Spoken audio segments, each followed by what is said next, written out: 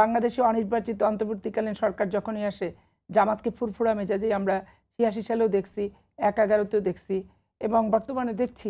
এটা তো নতুন কোনো জামাতের ইতিহাস না, এটা তো একই চেহারার পুরাতন রূপ, এটাই দেখছি। এখন আন্দোলনটা তারা আনতেছে, তারা রাজনৈতিকভাবে হিসাব নিকাশ করে ওই পদ্ধতিগুলো তাদের জন্য লাভজনক। তাদের সাংগঠনিকভাবে বলেন কিংবা নির্বাচনে জয়লাভের ক্ষেত্রে বলেন, আসন সংখ্যা বেশি পাওয়ার ক্ষেত্রে বলেন, তো যার যার স্ট্র্যাটেজিতে সে হিসাব করছে। না সেটা ঠিক আছে, কিন্তু পিয়ার হলে জামাতের সুবিধাজনক অবস্থানে থাকবে এরকমটি আসলে সারা বাংলাদেশে শুনেন ছাত্র সংগঠন নির্বাচন দিয়ে জাতীয় নির্বাচন কখনো মূল্যায়ন করা যায় না। আওয়ামী লীগের সাথে মিলেমিশে আওয়ামী লীগের ভোট তারা নিলে তো আওয়ামী লীগ পুনর্বাসন হয় না। বিএনপির কোথাও যদি একটা ছবিতে দেখা আওয়ামী লীগের লোক দাঁড়ায় আসছে, তাহলে বিএনপির বিরুদ্ধে আওয়ামী লীগ পুনর্বাসনের অভিযোগ চলে আসতেছে।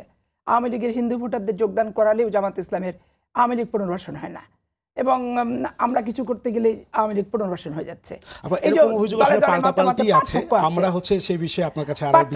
এখন আমাদেরকে পুনর্বাসনের অভিযোগে দেশ ছাড়া করার হুমকি আমরা পেয়ে গেছি অলরেডি। যে আওয়ামী লীগের যা পরিণতি হয়েছে সেটা আমাদের উপভোগ করতে হবে।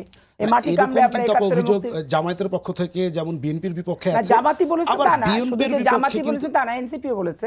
আমি জামাতকে এককভাবে দায়ী করতে পারি না, উভয়ের প্রতি কিন্তু এই ধরনের অভিযোগ আছে। কিন্তু আপনি এখন ৭১-এর মুক্তিযুদ্ধের সঠিক ইতিহাস যদি তুলতে যান, ইতিহাস তো আপনি পাল্টায় ফেলতে পারবেন না। ইতিহাস আপনি আওয়ামী লীগের মতো শেখ মুজিবের পরিবারই মুক্তিযুদ্ধ করছে, এই যে বিকৃত ইতিহাস আর ভুয়া সার্টিফিকেট দিয়ে মুক্তিযোদ্ধাদের পুনর্বাসন করার ব্যক্তিগত এবং দলীয় যে প্রচেষ্টা, এটা তো আমরা ঘৃণা করি। কিন্তু মুক্তিযুদ্ধের ইতিহাস, এই ইতিহাস তো আপনি বিকৃত করতে পারবেন না। এই ইতিহাস বলতে গেলে যদি বলে যে আমরা আওয়ামী লীগের সুরে কথা বলছি, আমাদের আওয়ামী লীগের যা পরিণতি সেই পরিণতি ভোগ করতে হবে।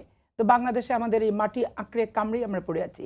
৭১-এর মুক্তিযুদ্ধ, স্বৈরাচার বিরোধী আন্দোলন এবং ১/১১-তে বিশেষ করে দেশান্তর হওয়ার বহুত সুযোগ ছিল বেগম খালেদা জিয়ার, কিন্তু বেগম খালেদা জিয়া কোনো সুযোগই গ্রহণ করেনি।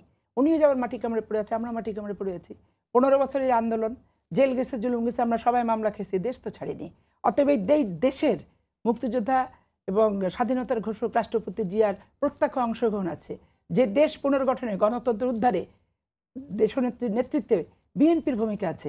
এই দেশ ছাড়ার হুমকি দিতে হবে। আমরা দেশ ছাড়বো কেন? কারণ আমরা মেড ইন পাকিস্তানিও না, মেড ইন ইন্ডিয়ার না, আমরা মেড ইন বাংলাদেশ।